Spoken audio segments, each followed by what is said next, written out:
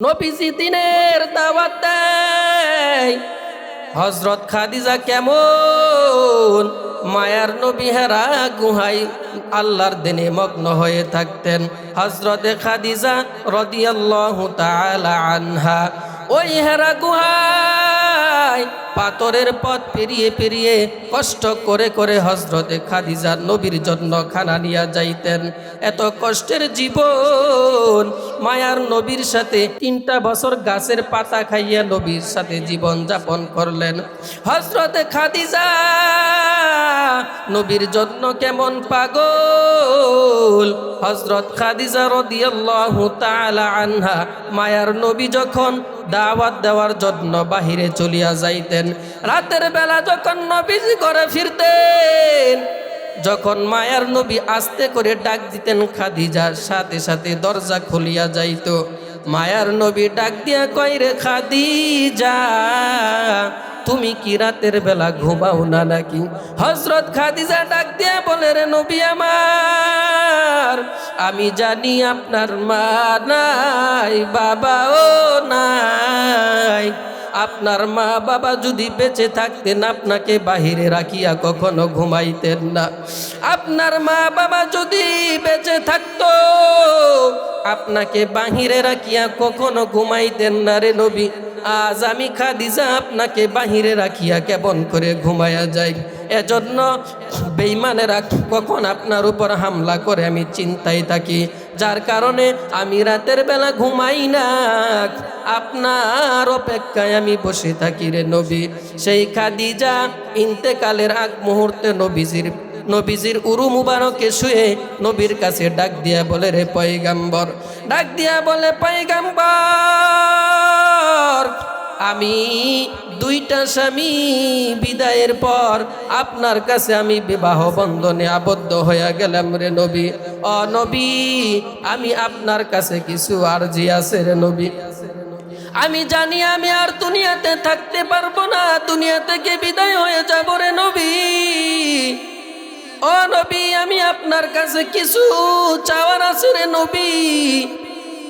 নবী করিম সাল্লাল্লাহু আলাইহি ওয়াসাল্লাম ডাক দিয়া বলে, রে খাদিজা, কি বলার আছে বলো, আমার কাছে তোমার কি আবদার বলো।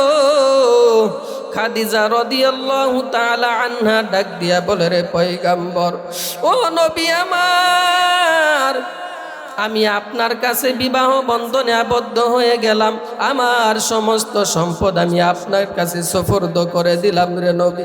আমার এতদিন আপনার সাথে সংসার করার পরও আমি আপনার কাছ থেকে কোনো কিছু চাই নাই, আমি আপনার কাছে কোনো কিছু চাই নাই। এখন আমি আপনার কাছে কিছু আমি চাই রে নবী, আপনি দিবেন কিনা? মায়ার নবী ডাক দিয়া বলে, রে খাদিজা, তুমি আমার কাছে যা চাও আমি তোমাকে দিতে রাজি। হযরতে খাদিজা রাদিয়াল্লাহু তাআলা আনহা ডাক দিয়া বলে, রে পয়গাম্বর, আমি দুনিয়াতে আর বুঝি বাঁচবো না, দুনিয়াতে আর থাকবো না রে নবী। আমার আপনার কাছে শেষ আরজি হলো, আমি যখন দুনিয়ার জমিন থেকে বিদায় হয়ে যাব রে নবী, ও নবী, আমার কাফনের কাপড় আপনার জুব্বা মোবারক দিয়া দিবেন। মায়ার নবী ডাক দিয়া বলে, রে খাদিজা, তোমার সমস্ত সম্পদ আমি নবীর কাছে তুমি সুপর্দ করে দিয়েছো। এখন ইন্তেকালের পর কাফনের কাপড় যদি আমি আমার পুরাতন জুব্বা দিয়া তোমাকে পেছায়া কবরের মধ্যে পাঠাই, তাহলে মক্কা নগরীর লোকেরা ডাক দিয়া বলবে, মুহাম্মদের মতন লোভী দুনিয়াতে আর কেউ নাই, মুহাম্মদের মতন লোভী আর দুনিয়াতে কেউ নাই। কারণ হযরত খাদিজার সমস্ত সম্পদ ভোগ করার পরে হযরতে খাদিজাকে পুরাতন চুপ্পা দিয়া কবরের মধ্যে পাঠাইতেছে, সবাই সমালোচনা করবে। হযরতে খাদিজা ডাক দিয়া বলে, পয়গাম্বর, দুনিয়াতে কে কি বললো আমার কোনো কিছু যায় আসে না, তবে আমি আমার কাফনের কাপড় আপনার জুব্বা মুবারক দিয়া দিবেন রে নবী আমার। আপনার জুব্বা মুবারক যখন আমার গায়ে লাগবে আপনার জুব্বা মুবারক দিয়ে আমাকে কবরে যখন দাফন করবেন রে নবী, তখন আপনার কাপড়ের বদৌলতে কবরের মধ্যে যদি কোনো আযাবের ফেরেশতা চলে আসে, তখন আমি খাদিজাকে তখন তারা আযাব দিতে পারবে না।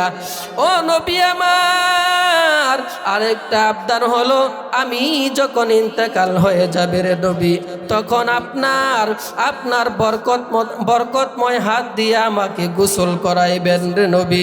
আপনার বরকতময় হাত দিয়ে আমাকে গোসল করাইবেন, যার কারণে কবরে রাখার পরে যখন ফেরেশতা চলে আসবে, আপনার বরকতি হাতের ছোঁয়া যখন আপনার কাছে আমার শরীরের মধ্যে লাগবে, তখন আমার কাছে আযাবের ফেরেশতা কখনো আসতে পারবে না রে নবী। ও নবী আমার, আপনার বরকতময় হাত দিয়ে আমাকে গোসল দিবেন। ও নবী আমার, আপনি আমাকে গোসল দেবেন, দুনিয়ার কোনো মহিলা যেন আমাকে গোসল না দেয়। মায়ার নবীকে ডাক দিয়া বলে, পয়গম্বর, আপনার কাছে শেষ ফরিয়াদ হলো রে নবী আমার, আমাকে যখন কবরে রাখবেন, আমাকে কবরে রাখার পর আমাকে যতক্ষণ পর্যন্ত ফেরেশতারা সওয়াল জবাব না নিতে আসবে, ততক্ষণ পর্যন্ত আপনি আমার সওয়াল জবাব না দিয়া যাইবেন রে নবী। ও নবী, আমি আপনাকে আরজি করি, আমার সওয়াল জবাব আপনি নবী দিবেন কিনা বলেন। মায়ার নবী হযরতে খাদিজার কথা শুনিয়া কান্না শুরু করে দিলেন। নবীজির কথা শুনে কান্না করে বলে, রে নবী আমার, আপনি কেন কাঁদিন? আমার প্রশ্নের উত্তর দেন রে নবী আমার। মায়ার নবী খাদিজার কথা শুনিয়া কান্নায় বেকারার হয়ে গেলেন। হযরতে খাদিজা যখন ইন্তেকাল হয়ে গেল, মায়ার নবী হযরত খাদিজা রাদিয়াল্লাহু তাআলা আনহাকে জড়াইয়া কান্না শুরু করে দিলেন। হযরতে খাদিজা ইন্তেকালের পর মায়ার নবী নিজের হাতে গোসল দিলেন, নিজের জুব্বা মুবারক দিয়া মায়ার নবী খাদিজাকে পেছাইয়া কবরের পথে রওনা হয়ে গেলেন। হযরতে খাদিজাকে যখন কবরে রাখা হয়, হযরত খাদিজাকে যখন কবরে রাখা হয়, কবরের মধ্যে যখন নবীজি খাদিজাকে রাখলো, তখন মায়ার নবী খাদিজার মুখ ওই পশ্চিম দিকে যখন ফিরাইয়া দেয়, তখন পশ্চিম দিকে খাদিজার মুখ কেবলামুখী হয় না। মায়ার নবী যখন খাদিজার মুখ কেবলামুখী করলো, তখন খাদিজার মুখ উপর দিকে চলে আসে, আসমান বরাবর চলে আসে। বারবার যখন এমন করা হয়, মায়ার নবী টেনশনে পড়িয়া গেলেন, খাদিজার মুখ কেন কেবলার দিকে চাই না। এবার খাদিজা রাদিয়াল্লাহু তাআলা আনহার মুখ যখন আকাশের দিকে চলিয়া আসে, এবার মায়ার নবী যখন টেনশনে পড়িয়া গেলেন, সাথে সাথে হযরত জিবরাইল আলাইহিস সালাতু ওয়াস সালাম চলিয়া আসলো। ডাক দিয়া বলে, পয়গম্বর, আপনার খাদিজার মুখ যতই আপনি কেবলার দিকে ফিরান না কেন, আকাশের দিকে উপরের দিকেই চলে আসবে রে নবী। কারণ আল্লাহ তাআলা খাদিজার প্রতি এত খুশি, যার কারণে খাদিজার মুখ আমার আল্লাহ তাআলার আরশের দিকে ফিরে থাকবে, কেবলার দিকে ফিরানোর প্রয়োজন হবে না। খাদিজার মুখ এখন আকাশের দিকেই থাকবে, কারণ আল্লাহ তাআলা ওই খাদিজার প্রতি এত খুশি হয়ে গেলেন। খাদিজার দিকে আমার আল্লাহ তাআলাও কুদরতি নজরে তাকাইয়া আছেন। এবার যখন খাদিজা রাদিয়াল্লাহু তাআলা আনহাকে যখন কবরস্থ করা হইল, তখন খাদিজাকে যখন কবরস্থ করা হয়, জানাজার নামাজ পড়াইয়া যখন খাদিজাকে কবরে রাখা হয়, তখন মায়ার নবী সমস্ত সাহাবায়ে কেরাম সেখান থেকে বাড়ির পথে রওনা হয়ে গেল। কিন্তু মায়ার নবী হযরত খাদিজা রাদিয়াল্লাহু তাআলা আনহাকে ছাড়িয়া কোথাও যায় না, কবরের পাশে বসে আছে।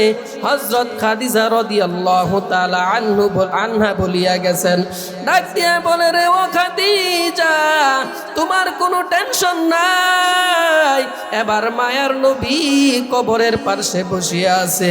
আল্লাহ তাআলা ডাক দিয়া বলে, রে ও জিব্রাইল, যাও যাও, খাদিজার সওয়াল জবাবি আল্লাহ তাআলা নিজেই দিয়া দিব।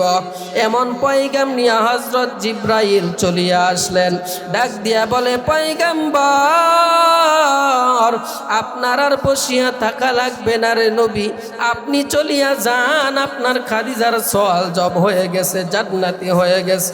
এরে পর্দার আড়ালের আম্মা জান, খাদিজা তো একজন নারী, আপনিও তো একজন নারী রে আম্মা জান। সুরতে কিন্তু এক, কিন্তু সিরাতের মধ্যে বেজাল হয়ে গেল রে আম্মা জান। এরে পর্দার আড়ালের মা, খাদিজার মতন কি আপনি হতে পারবেন না রে আম্মা জান? খাদিজার জন্য দু জাহানের বাদশা নবী পাগল। ওরে আম্মা জান, আপনি কি বলতে পারবেন আপনার স্বামী আপনার প্রতি খুশি আছেন কিনা? আপনি কি বলতে পারবেন আপনার প্রতি আপনার স্বামী সন্তুষ্ট আছে কিনা রে আম্মা জান? ওরে আম্মা জান, স্বামীর কথা কেন মানতে পারেন না? স্বামীর সাথে কেন তর্কে জড়াইয়া যান? স্বামীর কথা মানো। ওরে আম্মা জান, আপনার মতন তো একজন নারী ছিল খাদিজা রাদিয়াল্লাহু তাআলা আনহা, আপনার মতন তো নারী হযরত আসিয়া, ফেরাউনের স্ত্রী আসিয়াও তো আপনার মতো একজন নারী। হযরত আসিয়া আলাইহিস সালাম, হযরত আসিয়া ফেরাউনের ঘরে জীবন যাপন করলো। ওরে আম্মা জান, আসিয়া কি আপনার মতন তো একজন নারী ছিল? আপনার স্বামী তো ফেরাউনের চাইতেও বেশি খারাপ হয়ে গেছে না? তবুও কেন আপনার স্বামীর কথা আপনি মানতে পারেন না রে আম্মা জান? ফেরাউনের স্ত্রী আসিয়া একদিন চিরুনি দিয়া চুলগুলো আশ্রাইতেছে, হঠাৎ করে চিরুনিটা মাটির মধ্যে পড়িয়া গেল। হযরতে আসিয়া যখন চিরুনিটা মাটি থেকে তুলবে, তোলার সময় আমার আল্লাহ তাআলার নাম নিয়া নিলেন। হযরতে আসিয়া যখন আল্লাহ তাআলার নাম নিলেন, পাশেই ছিল ফেরাউন। ফেরাউন ডাক দিয়া বলে, রে আসিয়া, তুমি কার নাম নিলা রে আসিয়া?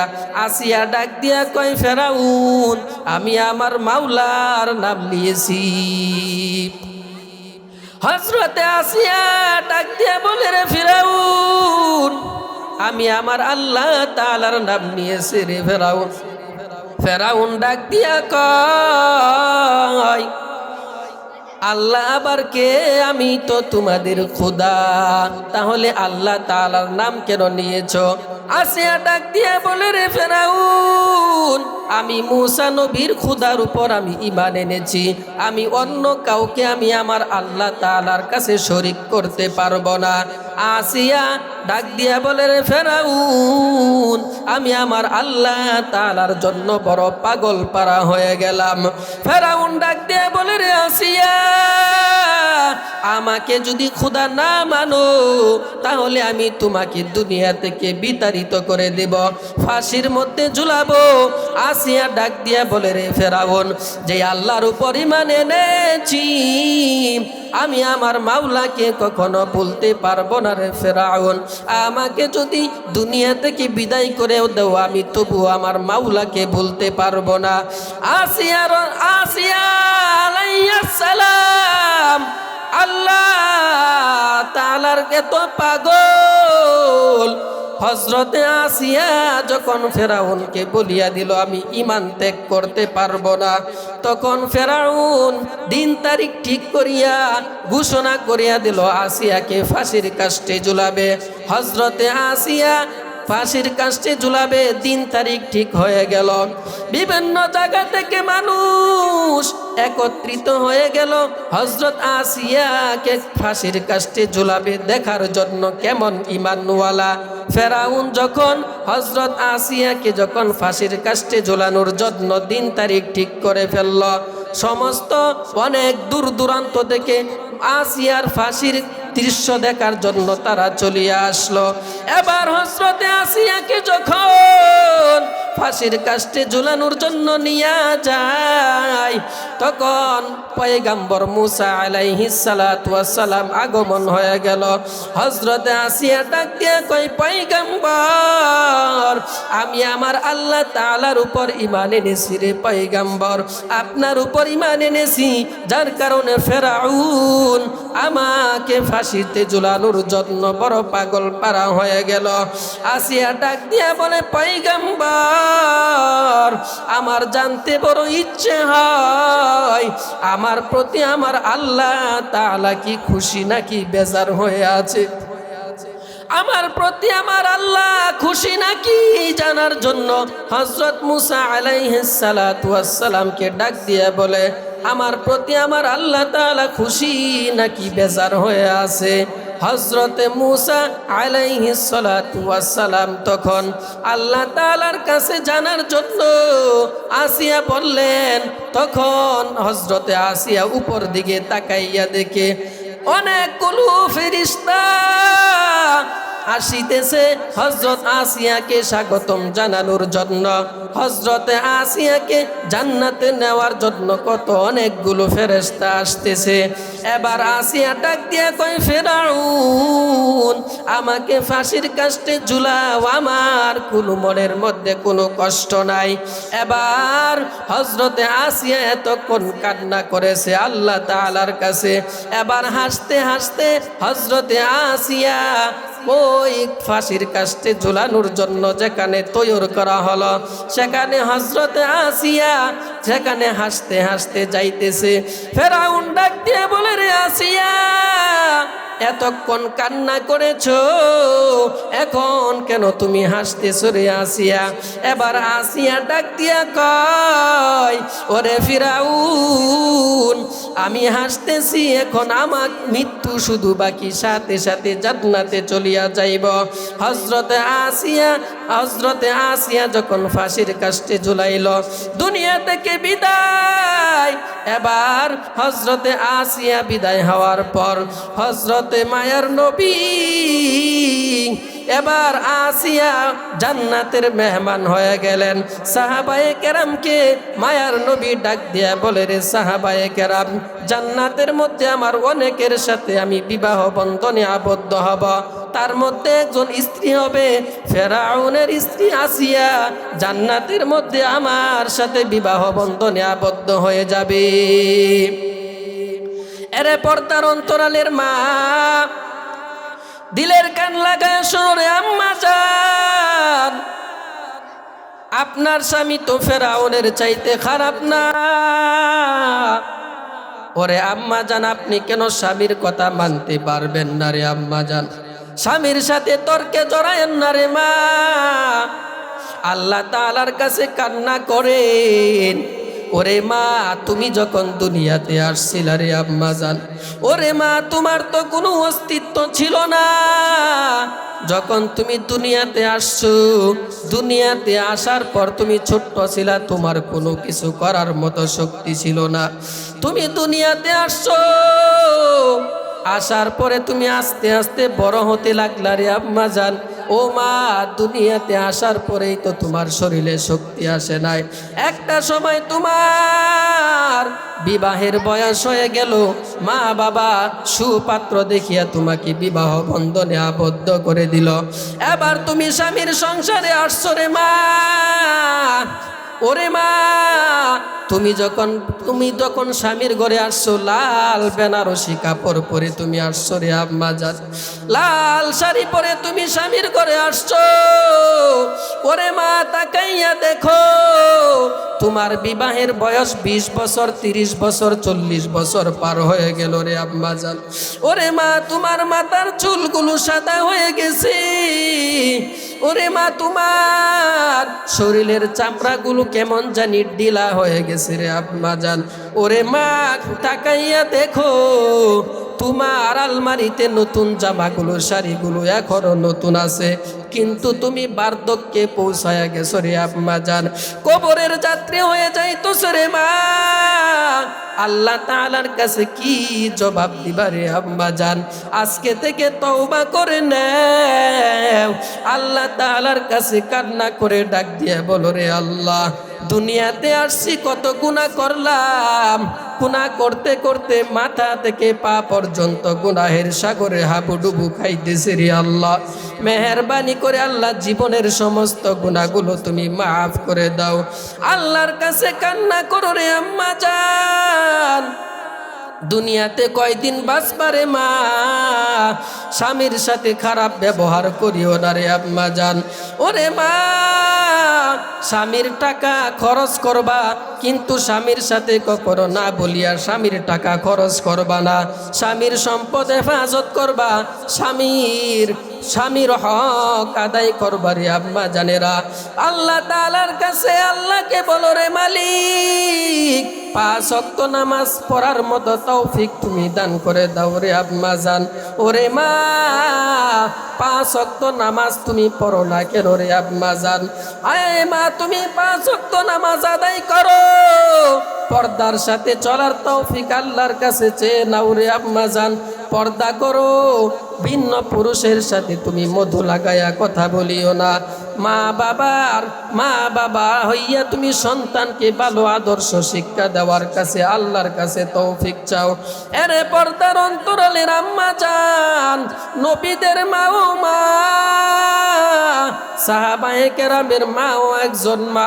ওরে মা, আলেমদের মাও একজন মা, হাফেজে কোরআনের মাও মা, তুমিও মা। ওরে মা, তোমার কি মন চাই না একটা সন্তান আলেম বানাইবা? তোমার কি মন চাই না রে আম্মা জান, তোমার একটা সন্তানকে আলেম বানাইবা? তোমার কি মন চাই না রে আম্মা জান? ওরে মা, তুমি যখন কবরের দেশে চলিয়া যাইবা, তোমার একটা নেককার সন্তান যদি দুনিয়াতে রেখে যাও, দুনিয়াতে রেখে যাওয়ার পর ওই সন্তান যদি কোরআনের তেলাওয়াত করে, ওই সন্তান নামাজ পড়ে, তোমার জন্য দোয়া করবে রে আম্মা জান। ওই সন্তান যখন তোমার জন্য দোয়া করবে, তোমার কবরটা জান্নাতের বাগান বানায়া দিবে রে আম্মা জান। এরে পর্দার অন্তরালেরা মা, ভালো করে শুনিয়া নেও, আল্লাহ তাআলার কাছে কান্না করে বলো রে আল্লাহ। এ মা, তুমি ভালো করে শুনো, যারা অনেকেই বোন আছে যোগ্য পাত্র খুঁজিয়া পায় না, আল্লাহ তাআলার কাছে কান্না করো, আল্লাহ একজন যোগ্য পাত্রের ব্যবস্থা করে দাও রে আল্লাহ। আল্লাহর কাছে কান্না করো, সব কিছু আমার আল্লাহ তাআলার কাছ থেকে চেয়ে নিতে হবে, কারণ হযরত খাদিজা রাদিয়াল্লাহু তাআলা আনহার মতন তো তুমি হতে পারবা না, হযরত আয়েশা সিদ্দিকার মতন হতে পারবা না রে আম্মা জান, হযরত ফাতেমা রাদিয়াল্লাহু তাআলা আনহার মতন তো হতে পারবা না। একটু চেষ্টা করো রে মা। ওরে মা, আল্লাহ তাআলার কাছে তওবা করো রে আল্লাহ। আয় আল্লাহ, জীবনে তো কম গুনাহ করি নাই রে আল্লাহ, গুনাহ করতে করতে গুনাহের পাহাড় করেছি রে আল্লাহ। আজকে থেকে তওবা করতেছি, মেহেরবানি করে তুমি মাফ করে দাও আল্লাহ। জীবনে এত গুনাহ করছি, গুনাহের কারণে গুনাহের সাগরে হাবুডুবু খাইতেছি রে আল্লাহ। মেহেরবানি করে আল্লাহ তুমি আমাদেরকে মাফ করে দাও আল্লাহ। এরে পর্দার আড়ালের মা, তুমি পর্দা করো। এরে মা, তুমি ভিন্ন পুরুষের সাথে কেন মজা লাগায়া কথা বলবা? ভিন্ন পুরুষের সাথে তুমি কর্কট ভাষায় তোমার কথা বলতে হবে রে মা। এরে মা, পর্দা করো। আয় মা, তুমি স্বামীর খেদমত করতে হবে। সন্তান যদি আল্লাহ দেয়, সন্তানকে সুশিক্ষায় শিক্ষিত করতে হবে রে আম্মা জান। সন্তানকে সুশিক্ষায় শিক্ষিত করো। ওরে মা, তোমাদের মতোই তো নারী হযরত ফাতেমা রাদিয়াল্লাহু তাআলা আনহা উনি জান্নাতের মধ্যে সরদারিনী সমস্ত মহিলাদের মধ্যে হয়ে যাবে। এরে পর্দার আড়ালের মা হযরত ফাতেমা রাদিয়াল্লাহু তাআলা আনহার মতন তো হতে পারবা না। তাদের মতন সুরত আছে কিন্তু সিরাতের মধ্যে ভেজাল লাগিয়া গেল। এরে পর্দার আড়ালের মা 5 ওয়াক্ত নামাজ আদায় করো, 5 ওয়াক্ত নামাজের সাথে বা নফল আদায় করো। 5 ওয়াক্ত নামাজ হলো মূল ডিউটি, সাথে তুমি ওভার ডিউটি করো রে আম্মা জান। নফল নামাজ আদায় করো, 5 ওয়াক্ত নামাজের সাথে যদি নফল নামাজ আদায় করতে পারো, আল্লাহর নবী বলেন ওই বেঈমানদের তো কখনো জান্নাতের মধ্যে প্রবেশ করানো হবে না। যদি কোনো আল্লাহর বান্দা অথবা বান্দি 5 ওয়াক্ত নামাজ আদায় করার পর সাথে যদি কোনো ওভার ডিউটি নফল নামাজ আদায় করতে পারে, তাহলে বেঈমানের বানানো জান্নাতগুলো আমার আল্লাহ তাআলা বোনাস হিসাবে দিয়া দিবেন। এরে পর্দার অন্তরালের মা 5 বেলার নামাজ আদায় করো রে আম্মা জান। পুরুষের মতো তো তুমি মসজিদে যেতে পারবা না রে মা। এরে পর্দার আড়ালের মা, ঘরের মধ্যে তুমি 5 ওয়াক্ত নামাজ আদায় করো, জামাতের মধ্যে মসজিদে গিয়া পুরুষেরা নামাজ পড়িয়া যেই পরিমাণ সওয়াব অর্জন করতে পারবে, ওরে মা তুমি ঘরের মধ্যে থাকিয়া 5 বেলার নামাজ যদি আদায় করতে পারো, সম পরিমাণ সওয়াব আমার আল্লাহ তাআলা দিয়া দিবেন। এরে পর্দার আড়ালের মা, দিলের কান লাগায় শুনো রে আম্মা জান। পুরুষেরা তো নফল নামাজ আদায় করতে পারবে, মসজিদে যাইতে পারবে, কোরআন তেলাওয়াত করতে পারবে। এরে মা তুমি ঘরের মধ্যে থাকিয়া যদি তুমি আমল করতে পারো, পুরুষের সমতুল্য পরিমাণ সওয়াব আমার আল্লাহ তাআলা দিয়া দিবেন। এরে পর্দার আড়ালের মা, নামাজের এত দাম, যদি কোনো আল্লাহর বান্দা এশার নামাজ পড়িয়া যদি ঘুমায়া যায়, যদি কোনো আল্লাহর বান্দি এশার নামাজ পড়িয়া যদি ঘুমায়া যায়, আবার ফজরের আজান শুনিয়া উঠিয়া যখন ওযু করিয়া নামাজ পড়বে, ওই নামাজের ফজর এবং এশারের মধ্যে যতটুকু সময় ফাঁকা আছে, ততটুকু সময় আমার আল্লাহ তাআলা আমলের পাল্লায় ওজন দিয়া দিবেন। এরে পর্দার আড়ালের মা, এখন তো শীতের দিন, ঠান্ডা পানি দিয়া ওযু বানাইলে বড় কষ্ট। ওরে মা, এই কষ্টের মধ্যেও যদি তুমি নামাজ আদায় করতে পারো, 5 ওয়াক্ত নামাজ যদি আদায় করতে পারো, আমার আল্লাহ তাআলা তোমার আমল নামায় 50 ওয়াক্ত নামাজের সওয়াব আমার আল্লাহ তাআলা দিয়া দিবেন। এরে পর্দার আড়ালের মা, ভালো করে শুনো রে আম্মা জান। তোমার কি মন চাই না রে মা? কত মানুষ তো তোমার চেয়ে ছোট ছিল, বয়সে ছোট, তোমার সমবয়সী কত মা বোনেরা ছিল রে আম্মা জান, তারা আজকে দুনিয়াতে অনেকেই নাই, দুনিয়া থেকে বিদায়। তোমার কি মরতে হবে না রে মা? তোমার কারণে কেন পাশের বাড়ির মহিলারা কষ্ট পায় রে আম্মা জান? তোমার হাতের দ্বারা কেন অন্য মানুষ কষ্ট পায়, জবানের দ্বারা কষ্ট পায়? ওরে মা, তোমার কি মরতে হবে না? তোমার কি ইন্তেকাল হবে না? আজরাইল কি তোমার সামনে আসবে না? আল্লাহর কাছে কি জবাব দিবা?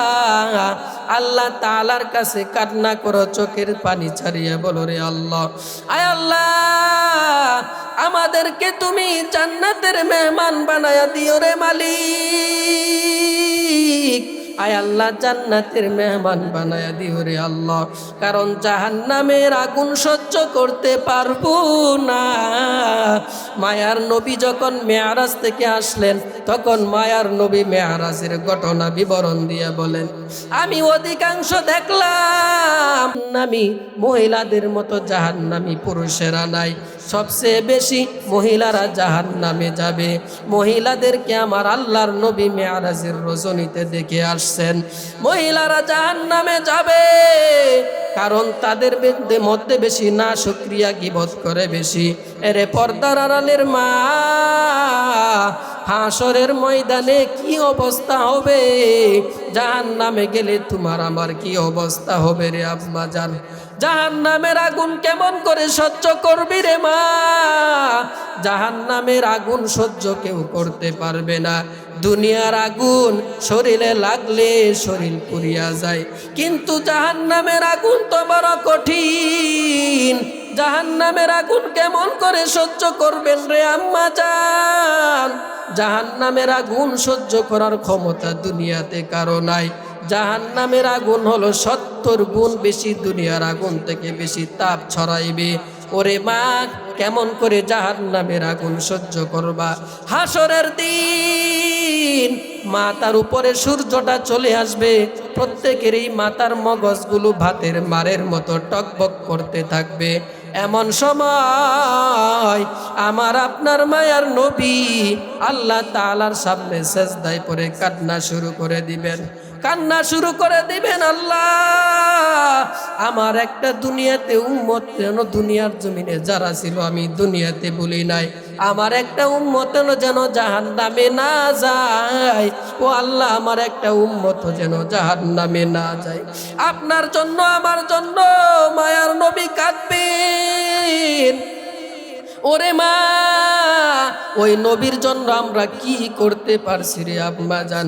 হাসরের ময়দানে মা বাবা ভাই বোন কেউ কাউকে পরিচয় দিবে না, বোন ভাইকে পরিচয় দিবে না, ভাই বোনকে কখনো পরিচয় দিবে না, স্বামী স্ত্রীকে পরিচয় দিবে না, স্ত্রী স্বামীকে পরিচয় দিবে না, সন্তান মা বাবাকে পরিচয় দিবে না, মা বাবা ও সন্তানকে পরিচয় দিবে না। একজন আর একজনকে দেখিয়া ভাগতে থাকবে। এরে পর্দার আড়ালের মা, ওই দিন তোমার আমার কি অবস্থা হবে রে আম্মা জান? একটু কি চিন্তা করছো? একটু কি চিন্তা করো নাই রে আম্মা জান? ওরে মা, জাহান্নামের ভয় অন্তরে ঢুকাও রে আম্মা জান, জাহান্নামের ভয় অন্তরে ঢুকাও আর নেক আমল করতে থাকো। দুনিয়াতে যতদিন বাঁচবা ততদিন ঈমান নিয়ে বেঁচে থাকার তৌফিক আল্লাহর কাছে চাও রে আম্মা জান। ওরে পর্দার আড়ালের মা, দুনিয়াটা কিছুই না। দুনিয়াতে তাকাইয়া দেখো তোমার সাথে কত বান্ধবী ছিল, আজকে অনেকেই নাই। ওরে মা, যখন স্কুলের মধ্যে পড়ছো কত বান্ধবী ছিল, একসাথে কোথাও ঘুরতে গেলে একসাথে যাইতা, কোথাও কোনো কিছু খাইলে নিজের বান্ধবীকে নিজে না দিয়া কোনো কিছু খাইতা না। আজকে অনেকেই বিদায় দুনিয়া থেকে চলিয়া গেছে রে আম্মা জান। তুমিও থাকবা না, আমিও থাকতে পারবো না রে মা। এখন থেকেই নেক আমল বাড়াইয়া দাও, জাহান্নামের ভয় অন্তরে ঢুকাও রে পর্দার অন্তরালের আম্মা জানেরা, জাহান্নামের ভয় অন্তরে ঢুকাও। কারণ হাসরের ময়দানে কেউ কাউকে চিনবে না রে আম্মা জান। ওরে মা, আল্লাহ তাআলা তখন একটা ভয়ঙ্করের আওয়াজ দিবেন, যখন আল্লাহ বলবেন জাহান্নামীরা জাহান্নামীরা আলাদা হয়ে যাও। যাদেরকে আমার আল্লাহ তাআলা ডান হাতে আমল দিবে তাদেরকে আমার আল্লাহ তাআলা বিনা হিসাবে জান্নাতে পাঠায়া দিবেন, আর যাদেরকে আমার আল্লাহ তাআলা বাম হাতে আমল নামা দিবেন তাদেরকে আমার আল্লাহ তাআলা জাহান্নামে দিবেন।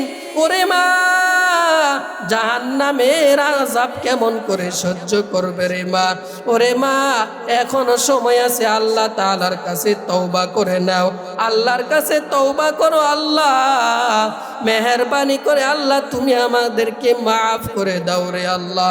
দুনিয়াতে এমন কোনো গুনাহ নাই যেই গুনাহ আমি করি নাই। আয় আল্লাহ প্রকাশ্যে গুনাহে করেছি রে আল্লাহ, আয় আল্লাহ গোপনে গুনাহ করেছি। আমার গুনাহের খবর যদি আমার মা বাবা জানতো, আমার মা বাবা বলতো তোর মতন সন্তান আমার লাগবে না। আমার গুনাহের খবর যদি আমার ভাই বোনেরা জানতো, আমার ভাই বোনেরা বলতো তোর মতন আমার ভাই প্রয়োজন হবে না, বের হয়ে যা। আমার গুনাহের খবর যদি আমার আত্মীয় স্বজনেরা জানতো, আমার আত্মীয় স্বজনেরা বলতো তোর মতন আত্মীয় দরকার নাই। আমার গুনাহের খবর যদি আমার বন্ধু বান্ধবেরা জানতো, আমার বন্ধু বান্ধবেরা বলতো তোর মতন বন্ধু আমাদের লাগবে না। প্রত্যেকে আমাকে তাড়াইয়া দিত। ও আল্লাহ, সব কিছু জানার পরে তুমি আমাদেরকে তাড়াইয়া দেও নাই। মেহেরবানি করে আল্লাহ আমাদেরকে তুমি মাফ করে দাও রে আল্লাহ। ও আল্লাহ গো, এমন কোনো গুনাহ নাই যে গুনাহ করি নাই। আয় আল্লাহ আজকে তওবা করি। আয় আল্লাহ স্বামীর অবাধ্যতা করব না। আয় আল্লাহ 5 বেলার নামাজ আদায় করব রে আল্লাহ। আয় আল্লাহ গীবত করব না। আয় আল্লাহ অন্যের মাল আত্মসাৎ করব না রে আল্লাহ। আয় আল্লাহ আমার হাতের দ্বারা কোনো পার্শ্ববর্তী মহিলাদেরকে আমি কষ্ট দিব না, জবানের দ্বারা কষ্ট দিব না, আমার মুখের দ্বারা কাউকে কষ্ট দিব না রে আল্লাহ। মেহেরবানি করে আল্লাহ আমাদের তওবাকে আপনি কবুল ও মঞ্জুর করে নেন আল্লাহ। এরে পর্দার আড়ালের মা, ভালো করে শুনিয়া নেও রে মা, দিলের কান লাগায় শুনো। আল্লাহ তাআলা আপনাকে সন্তান দিয়েছেন রে মা। আমিও একজন মায়ের সন্তান, আপনারাও সন্তানের মা রে আম্মা জান। আপনার কি মন চাই না রে আম্মা জান, আপনার একটা সন্তানকে মাদ্রাসায় পড়াইবেন রে আম্মা জান? এই তো আজকে মাহফিল, যেই মাদ্রাসার মাহফিল, যেই মাদ্রাসা উপলক্ষে আজকে মাহফিল কোরআনের আয়োজন করা হইল। ও পর্দার আড়ালের মা, এখানে কোরআন তেলাওয়াত শিক্ষা দেওয়া হয়, দিন শিক্ষা দেওয়া হয় রে আম্মা জান। কোরআন হাদিস পড়ানো হয়। ওরে মা, একটা সন্তান কেন তুমি মাদ্রাসায় দিতে পারবা না রে আম্মা জান? আপনার একটা সন্তানকে মাদ্রাসায় দেন। দুনিয়াতে যতই আপনার সম্পদ থাকুক না কেন রে আম্মা জান, আপনার যতই বড় বড় বিল্ডিং অট্টালিকা থাকুক না কেন, আপনি যত টাকার মালিক হয়ে যান না কেন, আপনার সাথে কবরের মধ্যে কোনো কিছুই যাবে না রে মা। ওরে মা, আপনার কি মন চাই না রে আম্মা জান, মাদ্রাসায় একটা সন্তান দিয়া কোরআন শিক্ষা দিবেন রে আম্মা জান? আপনার ইন্তেকালের পর আপনার জানাজার ইমামতি করবে আপনার সন্তান। আপনার সন্তানের পিছনে দাঁড়াইয়া হাজার হাজার মুসল্লিরা তারাবির নামাজ আদায় করবে রে আম্মা জান। আপনার সন্তানের পিছনে দাঁড়াইয়া অনেক মুসল্লিরা নামাজ আদায় করবে রে আম্মা জান। আপনার কি মন চাই না রে মা, আপনার একটা সন্তানকে আপনি মাদ্রাসায় কোরআনের শিক্ষা দেন? আপনি যখন দুনিয়া থেকে বিদায় হয়ে চলে যাবেন, আপনার সন্তান আল্লাহ তাআলার কাছে যখন হাত বাড়ায়া দোয়া করবে, যখন রব্বির হামহুমা কামা রব্বায়ানি সগীরা বলে যখন আল্লাহর কাছে দুহাত আল্লাহর কাছে তুলে দিয়ে ডাক দিয়া বলবে, তখন আপনার কবরটা আমার আল্লাহ তাআলা জান্নাতের বাগান বানায়া দিবে। এজন্য আল্লাহ তাআলার কাছে তওবা করো রে মালিক। দুনিয়াতে যত গুনাহ করছি আজকে থেকে তওবা করে নিলাম রে আল্লাহ। আজকের কোরআনের মাহফিলের বদৌলতে তুমি আমাদের জীবনের সব গুনাহগুলো মাফ করে দেন।